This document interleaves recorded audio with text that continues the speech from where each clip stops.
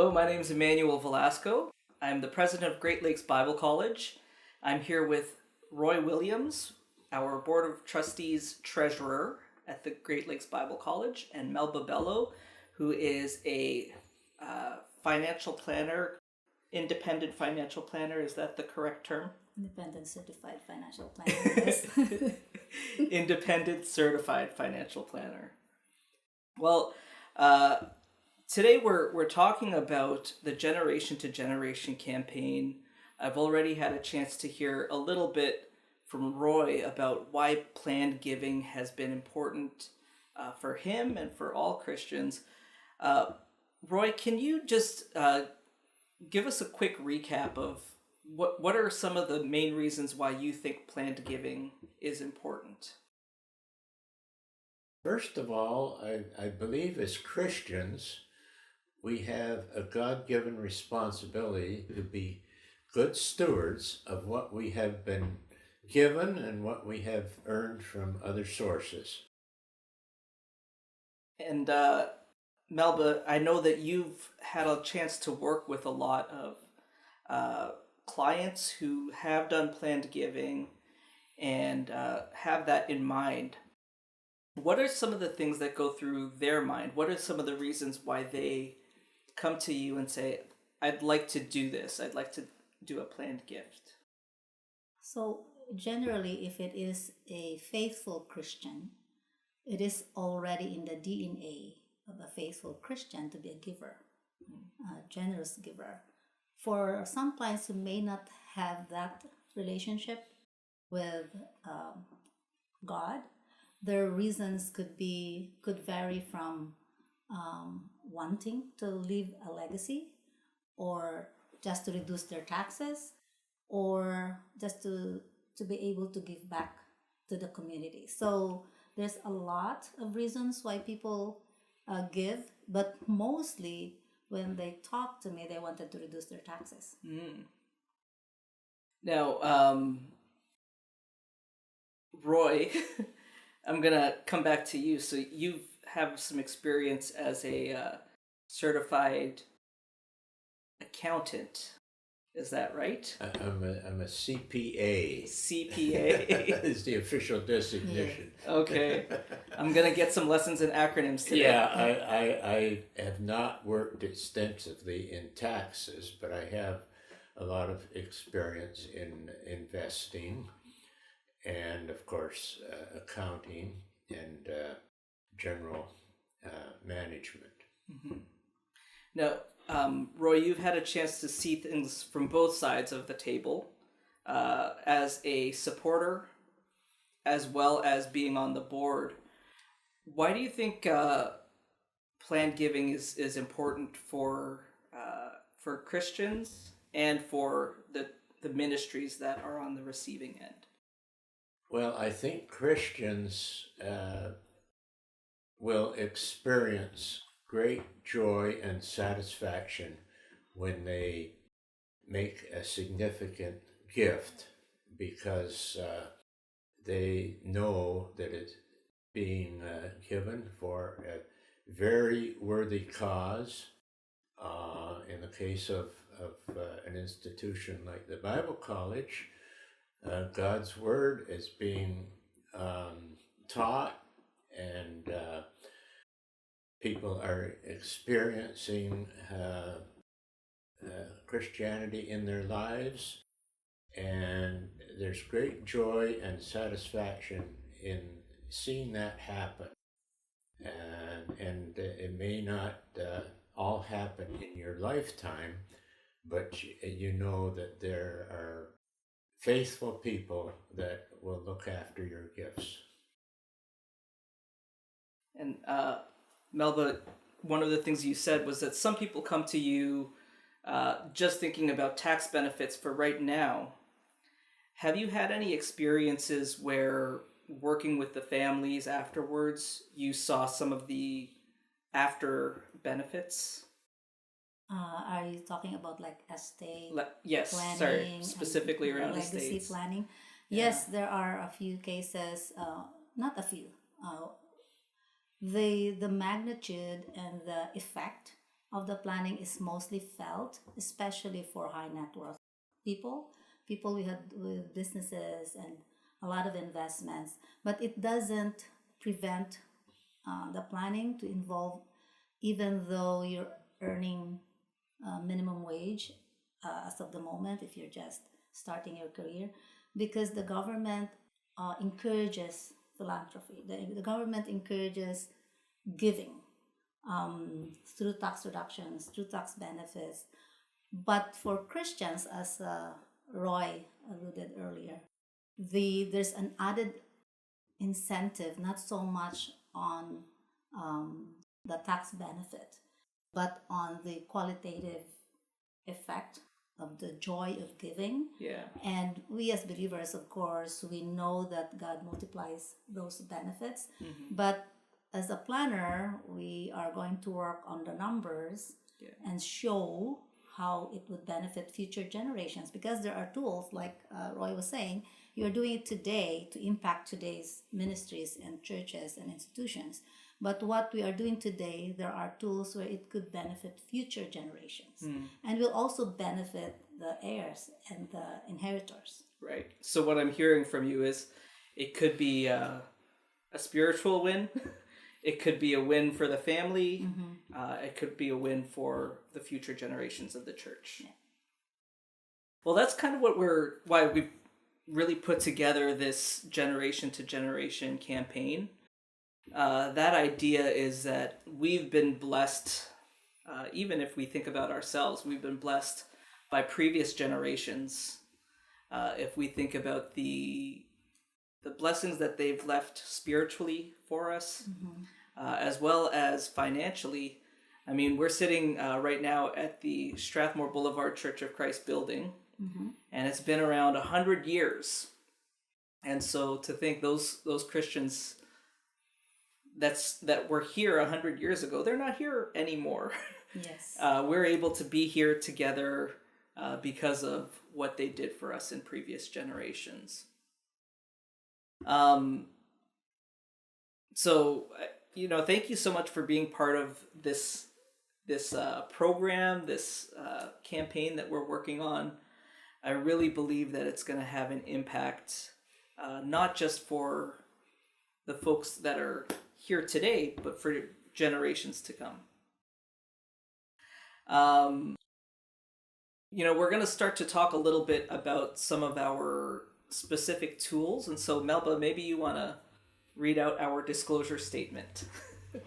Well, we do have to abide with the laws of the land as long as it doesn't conflict with the law of God. So we have here a disclosure statement for this charitable giving presentation. The information presented today is intended for general informational purposes only. It should not be constructed as specific legal, tax, or financial advice. While every effort has been made to ensure the accuracy and reliability of the content at the time of this presentation, tax laws, government policies, and regulations are subject to change, which may affect the applicability or accuracy of the information shared. Participants or listeners, our partners, donors, are strongly encouraged to consult with qualified professionals, including accountants, tax advisors, financial planners, or legal counsel, to discuss how the topics and strategies outlined today may apply to their specific circumstances. Neither us, you and Roy and myself, or the dealers and carrier companies, if ever mentioned, can guarantee the future outcomes or be held liable for actions taken or not taken based on the information provided during this presentation. Any references to current laws or tax credits or donation incentives reflect the status as of November 19, 2024. As laws and policies evolve, periodic reviews of charitable giving plans are highly recommended to ensure alignment with the latest regulations and individual financial goals. Thank you. All right, Emmanuel Velasco back again with Melba Bello and Roy Williams. For this next section, we're just going to talk through some questions. I know that there's a whole lot that we could get into when we start to talk about planned giving, estate gifts, and we're not going to have time to cover all of that. So I thought what we could do is just walk through some questions and give some people some ideas of what are the things that they need to be thinking about. What does this big world look like? And of course, they're going to need to tailor their situation and giving based on wherever they're at, and they're going to work with professionals. But the idea right now is just to give some folks a high level idea. So I've got one question here. So what tax credits or deductions are available for charitable donations in Ontario and or Canada? Melba. All right. So before I respond to that, my experience when I came to Canada is just like probably some who are listening who are Christians think, why will I get a receipt for tax purposes when I give to God? I don't want my left hand know what my right hand is doing. Mm-hmm. So I have that perceived right thing to do at that time. Then I realize Canada, as I've said earlier, encourages charitable giving. So why will I not get a receipt when Canada gives me these credits for charitable donations? And if I do want my right hand not to let my left hand is doing, I can put that reduction back into my planned giving already for the year. And without me doing anything, there will be a snowball effect. Mm. Because if I am giving 1,000 per year, for example, and the government gives me back 100 or 200, the next year I still give 1,000. Now it's 1,200. Yeah. And that will generate another tax credit. So just for those folks who may be thinking, I don't care about receipts, please do care, because we would rather that our charity, our causes will get these credits rather than stay with CRA. Mm. So I know it's a little bit of a long thing to answer this question, but just to be. Yeah. What I'm hearing from you is that we can be better stewards of what God has given us using some of the rules and benefits that the Canadian government gives us. Yes. Roy, did you have anything that you want to add? Yeah, I just wanted to emphasize, the federal government in their regulations over the years have not changed what can be donated to charities. And it's a phenomenal, amount that we can contribute and get and be tax effective, and far more than the average person would utilize. So it's wonderful that legislation has not been changed. Mm-hmm. Melba, how do charitable donations affect income taxes or income tax rates? Are there specific income levels where benefits are more pronounced? So if I'm making $50,000 a year, what does that look like in terms of tax impact compared to somebody who is maybe making more or less? Thank you for that. That's a very good question. Like as Roy mentioned earlier, this is like a case-to-case basis because Canada they call it the progressive tax system, where the more you earn, the more you get taxed. And so the donation credit is also based on that. There is a federal tax credit where the first 200 of your donations get 15% of that credit. And then donations over that would range between 29 to 33%. And then each province will have their own provincial tax credits. So just to give you an example, for example, a high income taxpayer in Ontario, meaning someone who's already on the 50% tax bracket, someone earning over 250,000, and there's a lot. Dentists, like pharmacists, like businesses, they do earn that much. And so when we combine a donation of, let's say, 10,000, so that person donate 10,000, the combined federal and Ontario tax credit will be about 4,900. So it's almost like 49%, almost half of the donation. So the charity gets the 10,000. I, as a donor, gets almost half of what I donated. In tax benefits. In tax benefit. Wow. So certainly the idea is there, the more you are able to give, the more you can get back. That's pretty interesting. Roy, anything to add to that? No, I think that she's covered that very well. Okay. Now, we're kind of in a time now where certainly there are people who are making good annual salaries. There's a lot who are not. And so for them, a big gift may not be something that they can think about. But it might be somebody who is thinking about recurring donations. So I can give monthly or maybe yearly. What kind of tax benefits are available for them? Well, first, the donations doesn't just come in the form of cash. We can donate in kind. So some people who may not be working and already retired and living off the retirement income may probably be sitting on large reserves of, let's say, RRSPs or investments. And these registered plans would attract high taxes upon death.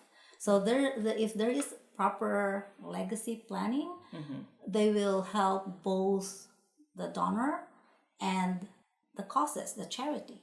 And so, like when you mentioned about monthly or yearly donations, it's probably more so for budgeting purposes. Some people who are still earning or maybe retired, they wanted to allot a certain percentage of their income, and it's almost like a habit to them. So it's recurring, they don't notice it, it's part of the budget.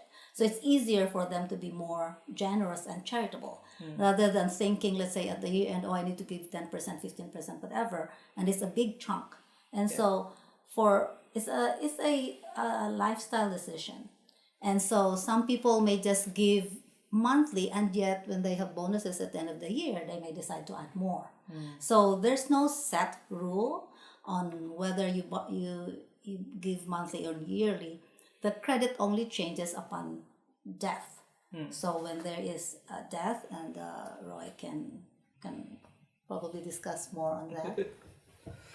Well, what happens is when we have contributed to RRSPs and then they are then rolled over into RIFs, we're really delaying the taxman's hands on our money. So when we decease, the tax has to be paid. And one convenient way of doing that is for you to take out a life insurance policy, which will then take care of those tax obligations. The other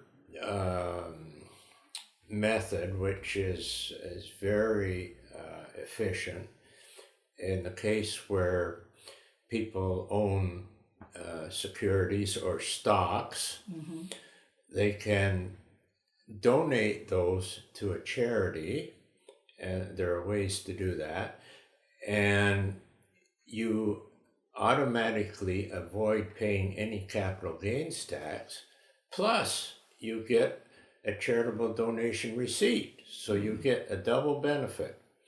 And so for those people who own investments like that, they should certainly pursue that option. Okay. So here's my question. Maybe there might be some people out there who are thinking, oh, wow, there's so many opportunities for me to give. I'd like to give. Is there a limit on how much we are able to give? How much of my donation can I claim on my taxes each year? And is there a carry forward period? The limit is 75% of your net income. So if I earn 100,000 for the year, that's my net income. Yeah. 75% of that is 75,000. So if I donate, let's say 100,000 or 150,000 in as Roy mentioned, in securities or in cash, I can only be given a credit for the 75,000, which is 75% of my income. But I can carry forward what I didn't use for the year, I can carry it forward for 5 years. That's an unused donation amount. And Okay. CRA is good at tracking that. Right. You will see in your notice of assessment, it will says you have unused donation credits. And so as you continue doing that and building up this unused donation amounts, with God's blessing, your income might continue to grow as well. So your 75% continues to grow. So if you earn 200,000, now it's 150,000 that you have that donation room. And so that carry forward period, would that work if, for example, I sold a home and one year we had a big boost in our income? Would we be able to use some of that giving in future years? Well, if your home is a principal residence, there's really no tax implication. You're not going to pay capital gains. So you may just have to use your unused donation for taxable income. Okay. So investment income, salary, if you're retired, whatever it is everything is almost taxed. Okay. And so that's a good buffer for those years that, especially for those who are really kind of progressing in their career and really earning a whole lot every year. Now, we're talking about planned giving and estates as well. Roy, you alluded to this a little bit. How when we do some good tax planning, estate planning, we can provide a lot of relief for our potential heirs by making sure that the decisions have been made and they don't have to sort through a big mess. Are there other tax implications for family members if I establish a legacy gift or an endowment? And maybe this is a question more for Melba. And then Well, yes. estate tax implications for heirs. Yeah, so first, because if it's for heirs, it's either the person who's donating is still alive, and we call it inter vivos. The person is still alive and still making all this planned giving, or if the person dies, it's part of the will. So there are a lot of tools that you can use, whether we're still alive and we wanted to help our charity, or we put them in our will. So Roy mentioned about life insurance. Life insurance is one of the biggest tools that's underutilized by most people, especially Christians, because some people have a misconnotation about insurance. So life insurance in itself is very liquid, and it bypasses probate, and it's very confidential. So some people who are very private about their affairs, and they don't want their heirs to be upset because I give X amount to my favorite charity. So life insurance is the answer, because if I have a life insurance and I just put, say for example, Great Lakes Bible College as my beneficiary, my heirs wouldn't know it. It bypasses probate. Probate is where your will is being scrutinized in public. So that's one of the reasons why it pays to be able to sit down really and go through each an individual's personal circumstances and situation, so that just like an architect, we the accountants, planners, the lawyers are able to kind of make the proper design to maximize the taxes, maximize what's left for the heir as well. Because you can have your cake and eat it too. You can, like what Roy was saying, you can give 100% to the charity, and yet that 100% is given back to your heirs. Yeah. So it's a win-win situation. Yeah. I like the feature of being transparent with your family when you are preparing your will, so that there are no surprises or ill feelings when time comes for that will to be executed. And amongst Christian people, that's a good time to just reflect on our blessings and how we can pass them on, while it's still at the same time giving some benefit to our heirs. Yeah. It's a highly personal thing when we talk about giving and really planning. And so I appreciate that thought, Roy. That transparency is really important with our families, with the people around us. Another thing that's very personal are people who own businesses. So people who own businesses, they have a lot to think about when it comes to planning. So can charitable giving help in business succession planning? Melba. Yes, they can. Like what Roy mentioned, especially if it's already part of a family conversation. So you are able to advise them on options with regards to how the business would be structured, even while the business owner is still alive and again at death. Because there's just two different scenarios, and some tools and applications are maximized at time when you're alive and some when you're dead, or you can do a combination. And so yes, there are strategies, and we can again when you sit down with your professional advisor, they should be able to give you those options. And again, life insurance is one of them. Right. So one of the things, as I'm trying to kind of wrap things up, we've heard there's lots of benefits to giving, both from a personal perspective as well as from a tax and planning perspective that the Canadian government endorses. There's lots of ways that it can impact today, as well as with our estate planning, impacting us as well as potential heirs. And there's also lots of variations, is what I'm hearing.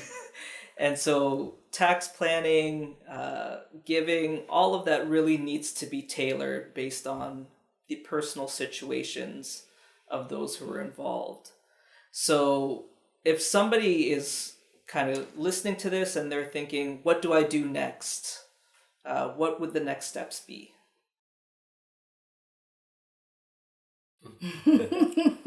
Well, someone like Melba, who's a licensed professional, is the type of person you need to talk to get things rolling. And then once that's been determined, that can then be incorporated in your will. So some people may be working with their with a financial planner already, or lawyers that they're already connected to, and this is a discussion that they could take to them. If anyone doesn't have a financial planner, then Melba is actually going to be our person that the Generation to Generation campaign is recommending for folks who might be interested in exploring planned giving. She, as we mentioned, is not getting any commission on these referrals. She is completely independent and will always put her customers, her clients' benefits at the forefront. Melba, is there anything you wanted to add to that? Well, I would just like to encourage everyone that yes, we do work with numbers, but God's math is not world's math. So I always believe that as we become generous, God will just multiply our resources beyond measure. But then at the same time, God is a very practical God. So if we desire to be generous giver, we have to take action. And very small steps would lead into bigger steps. And the more educated we become with regards to all these tools and applications and available resources, the more confident we become in doing, in acting and putting into action the desire to help. Because sometimes you think like, well, I hardly have enough. What will I give?